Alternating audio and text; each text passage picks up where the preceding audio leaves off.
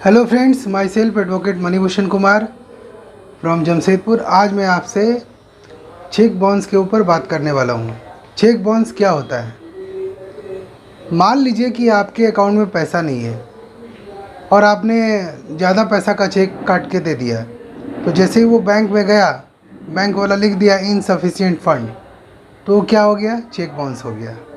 मतलब कि आपके अकाउंट में पैसे नहीं थे, फिर भी आपने चेक काट करके दिया, मतलब आप फ्रॉडगिरी किए हैं। या किसी कारणवश से वो पैसा मान लीजिए निकल गया, पर चेक तो आपका बाउंस हो गया। तो चेक बाउंस पे भी क्रिमिनल केस हो सकता है और ये सिविल केस में भी कन्वर्ट किया जा सकता है। मतलब सिविल केस भी हो सकता है और क्रिमिनल केस भी हो सकता है। अब चेक बाउंस करने के क्या क्या कारण हैं, आइए उस कारण को हम लोग जानते हैं। सबसे पहला कारण है इनसफिशिएंट फंड। मान लीजिए कि आपके अकाउंट में 10,000 रुपया है, आपने 20,000 का चेक काट के दे दिया, तो चेक तो कैश होगा नहीं, इसीलिए वो हो गया आपका इनसफिशिएंट फंड के कारण, मतलब बैलेंस नहीं होने के कारण वो चेक बाउंस हो गया। Number 2, over writing. चेक पे ओवर राइटिंग कर दिया गया, जिसके वजह से चेक का पेमेंट नहीं हो सका, वो भी चेक बाउंस हो गया। तीसरा हो गया स्टॉप पेमेंट। मैंने चेक काट के आपको दे दिया, लेकिन बैंक को इन्फॉर्मेशन दे दिया कि चेक का पैसा पेमेंट नहीं करना, तो इसके वजह से भी चेक जो है वो डिजॉनर हो गया, मतलब कि उसका पैसा नहीं मिल पाया। और रॉन्ग सिग्नेचर, गलत साइन करके आपको चेक दे दिए, तो उसके वजह से भी चेक का पैसा जो है वो मिल नहीं पाया, चेक डिजॉनर हो गया। और लास्ट है अकाउंट क्लोज। अकाउंट हमारा बंद हो गया, फिर भी उसका चेक काट के हम दे रहे हैं, इसका मतलब क्या हुआ कि मेरा चेक डिजॉनर हो जाएगा। तो ये सारा चीज़ है जो आपको स्क्रीन पे मैं दे दूंगा, इसके वजह से चेक क्या होता है? डिजॉनर हो गया।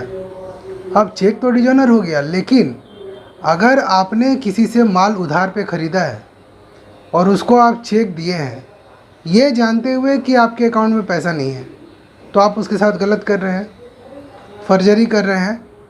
इसीलिए इसमें नेगोशिएबल इंस्ट्रूमेंट एक्ट 1881 में 138 एक प्रोविज़न बनाया गया। उसमें ये कहा गया कि अगर आप किसी के साथ भी चीट करते हैं, तो उस परिस्थिति में अगर आपका चेक बाउंस होता है इनसफिशिएंट फंड के कारण या जाली सिग्नेचर के कारण या और किसी भी परिस्थिति में जो जानबूझकर किया गया है, तो आपको कम से कम 2 साल का सज़ा होगा और फ़ाइन भी भरना पड़ेगा। फ़ाइन क्या होगा? मान लीजिए 10 लाख का चेक है तो 20 लाख रुपए आपको देना पड़ेगा। तो इसीलिए चेक पे जब भी साइन करें, बिल्कुल ब्लैंक चेक ना दें, क्योंकि आप ईमानदार हैं लेकिन लोग ईमानदार नहीं हैं। ध्यान से चेक का अमाउंट भरें, अपने बैलेंस को चेक करके चेक का अमाउंट भरें, अन्यथा सेक्शन 138 का शिकार हो सकते हैं नेगोशिएबल इंस्ट्रूमेंट में। अब है चेक बाउंस। अगर आपका हो गया, मान लीजिए कि आपका चेक बाउंस हो गया, आपको किसी से पैसा मिलने वाला था लेकिन चेक आपका बाउंस हो गया, आपको पैसा नहीं मिल सका, तो आप क्या करेंगे? सबसे पहले आप क्या करेंगे कि चेक को बाउंस कराएंगे, और चेक को बाउंस कराने के बाद जो मेमो मिलेगा, मान लीजिए इनसफिशिएंट फंड के कारण चेक आपका बाउंस कर गया और आपको बैंक से मेमो मिल गया कि आपका इसी वजह से चेक जो है वो बाउंस हुआ है, तो आप उसके मेमो को ले आइए, वकालतनामा पे सिग्नेचर कर दीजिए, और कब आपका और उस पार्टी का जो आपको चेक दिया है, कब आप दोनों के बीच में कोई लीगल डॉक्यूमेंट साइन हुआ है, उसका ब्यौरा दे दीजिए। किस वजह से वो आदमी आपको पैसा देगा, वो कारण बता दीजिए। तो ये सारा चीज़ बताने के बाद एडवोकेट साहब क्या करेंगे? सबसे पहले उसको लीगल नोटिस भेजेंगे। लीगल नोटिस में 15 दिन का समय देंगे और 45 दिन के अंदर अंदर केस फाइल कर देंगे। मतलब कि जब से आपका चेक बाउंस हुआ तब से लेकर 45 डेज़ तक का लिमिट है सेक्शन 138 में केस करने का। जिस तरह से हिंदू मैरिज एक्ट होता है, मुस्लिम मैरिज एक्ट होता है, जिस तरह से इंडियन पीनल कोड होता है, उसी तरह से नेगोशिएबल इंस्ट्रूमेंट होता है।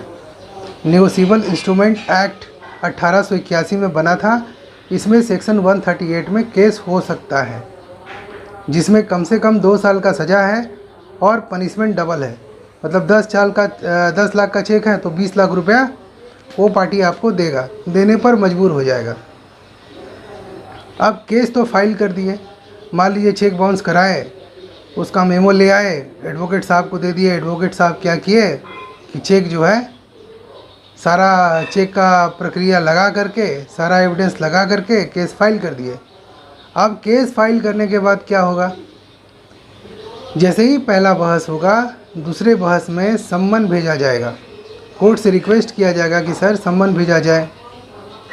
तब क्या होगा, कोर्ट से एक नोटिस जाएगा उस व्यक्ति को जिसका वो चेक था, जिसका चेक डिजॉनर हुआ है, उसको कोर्ट में बुलाया जाएगा। मान लीजिए वो सम्मन में नहीं आता है तो कोर्ट को बेलेबल वारंट के लिए प्रे किया जाएगा कि बेलेबल वारंट इशू कर दिया जाए।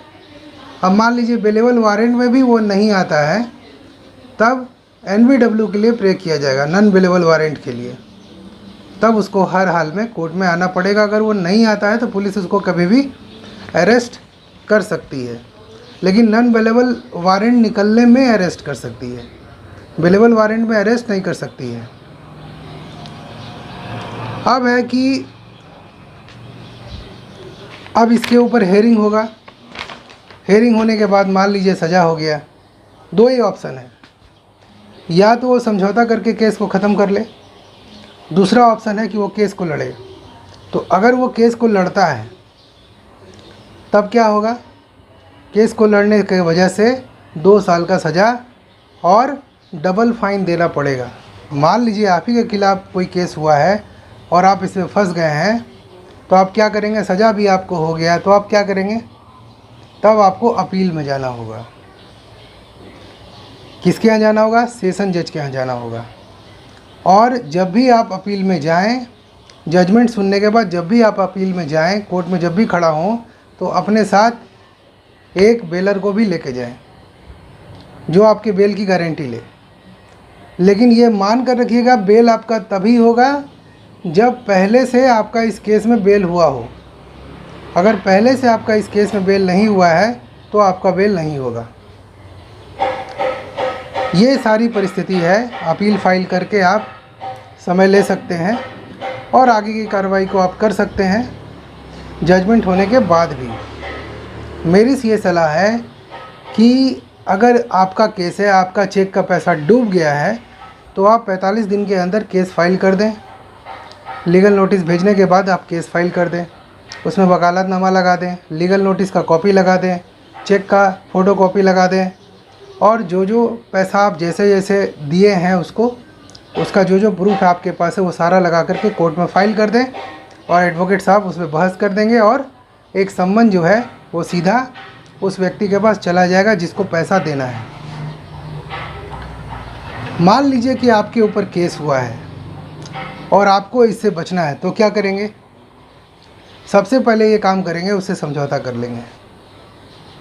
अगर समझौता नहीं हो पाया तो हम ये दिखाएंगे कि जो पैसा इन्होंने दिया है वो पैसा जो है किसी बिजनेस पर्पस से नहीं दिया था, एक फ्रेंडली लोन दिया था, और वो पैसा हम इनको लौटा देंगे।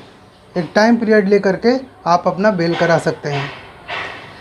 अगर आपके ऊपर 138 का केस हुआ है तो आपको सबसे पहला काम ये करना है कि जैसे ही सम्मन आप इशू होता है तुरंत आप कोर्ट पहुंच जाएं। उससे क्या होगा कि आपको बेल लेने में सुविधा होगा। बेलेबल वारंट निकला, कोई बात नहीं है, आप कोर्ट में जा कर के बेल ले लें, लेकिन कोर्ट में आप अपीयर हो जाएं। अगर आप कोर्ट में अपीयर नहीं होंगे तो कोर्ट ये मान के चलेगा कि आप दोषी हैं। नॉन बेलेबल वारंट मान लीजिए इशू हो गया, तब क्या होगा, आपको एंटीसिपेटरी बेल में जाना पड़ेगा। इसीलिए बेलेबल वारंट और सम्मन में ही आप चले जाएं और कोर्ट से ही बेल ले लें खड़ा होकर के, क्योंकि ये बेलेबल वारंट है। ये सारी परिस्थितियां जो थी वो असलियत है, वो प्रैक्टिकल है, इसलिए मैं आपको बता रहा हूँ। अगर आपको मेरा चैनल अच्छा लग रहा है प्लीज़ इसे सब्सक्राइब करें, लोगों के साथ शेयर करें, ताकि लोग और भी अवेयर हो सकें और अपने कष्ट से मुक्त हो सकें। Thank you. जय हिंद।